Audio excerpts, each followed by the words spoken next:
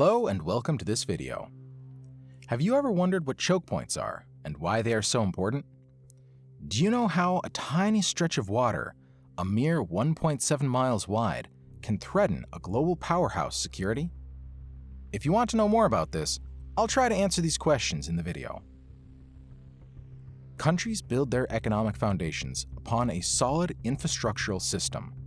May it be for transport and connectivity, like railways and high-speed internet cables, or for energy production, like pipelines and wind farms.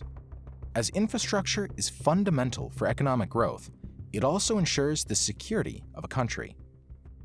If a road or water channel is obscured, the repercussions ripple throughout the economy.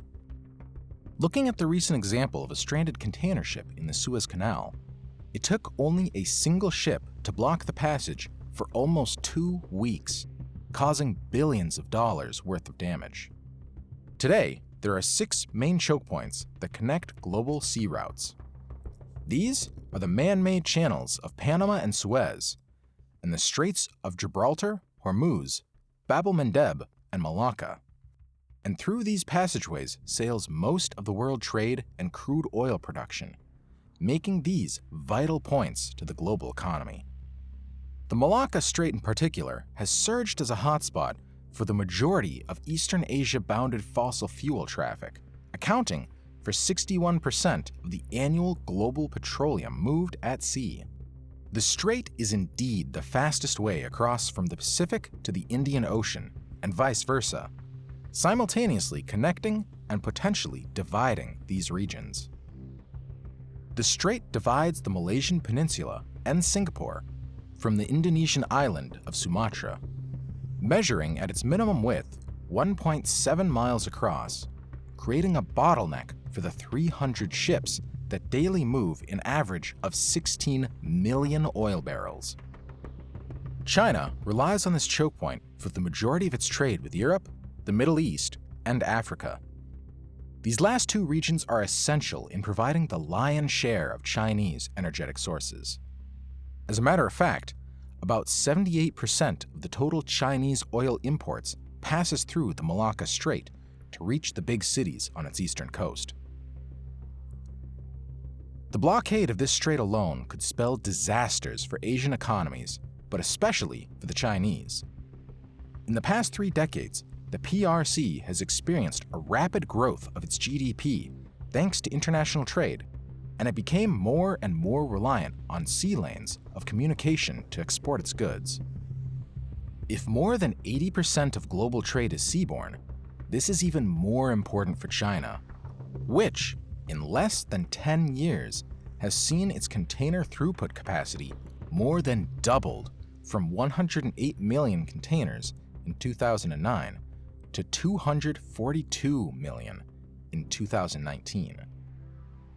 From a geographical standpoint, the Malacca Strait lacks long-term alternatives in case of a blockade, as the second and third fastest sea routes from Asia to Europe are through the Sonda and Lombok Straits, which are easily lockable choke points, whereas the only open sea passage connecting the Indian with the Pacific Ocean is through southern Australia.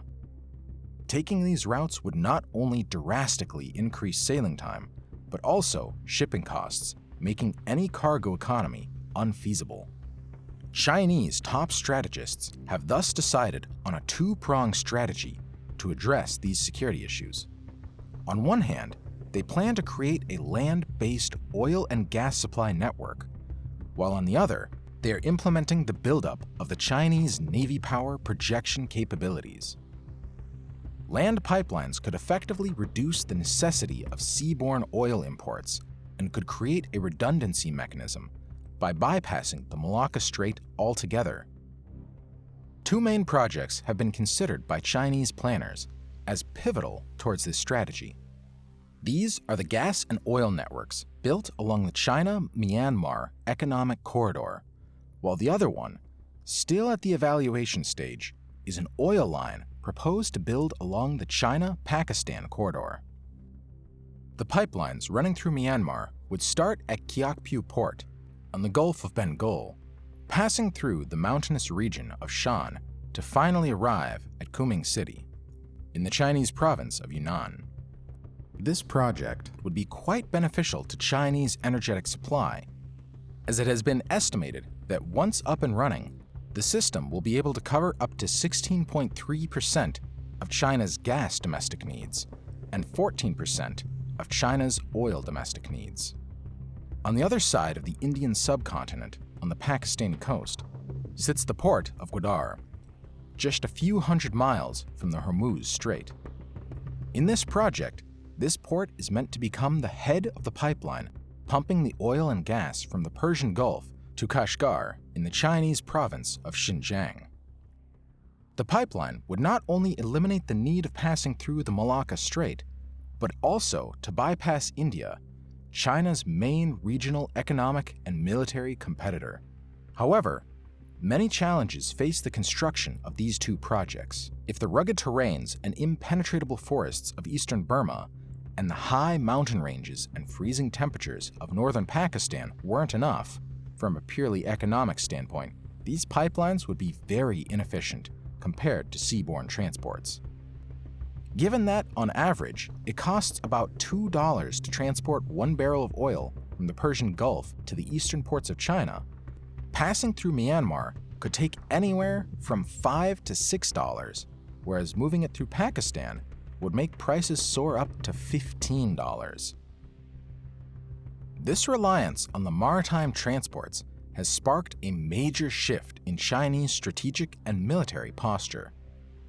The Chinese Navy has placed as its top priority the acquisition of more advanced and capable power projection capabilities, as demonstrated by the construction of more technologically advanced and capable units.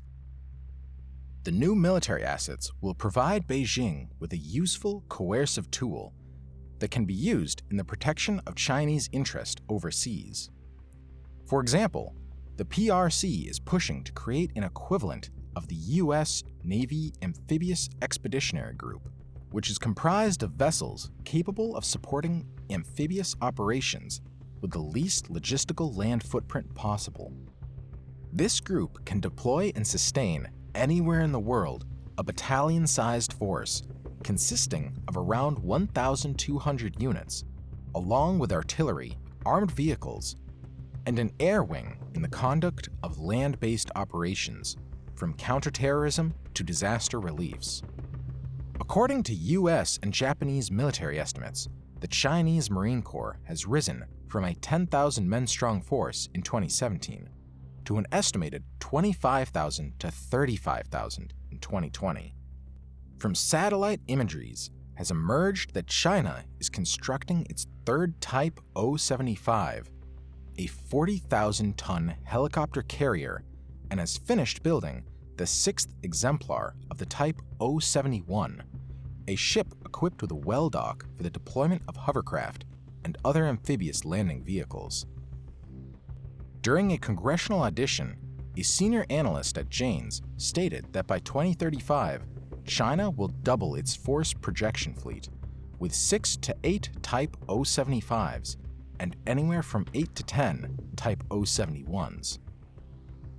In view of expanding its reach and political influence, Chinese military experts have proposed for an increased military footprint outside of China through the creation of logistical bases in foreign countries. These, also referred to as strategic points, in tandem with the buildup of naval projection capabilities, are considered as the backbone of Beijing's maritime security strategy. Chosen for their proximity to global sea trade routes and the political affinity with the Chinese leadership, Gwadar in Pakistan, Koh Kong in Cambodia, Hambantota in Sri Lanka, and Kyakpu in Myanmar are considered the most likely candidates to become overseas bases. These strategic points could fall within a wide spectrum of military uses, on the low providing refueling and resupply facilities, while on the high they function as an ajar back door in the establishment of fully fledged military bases.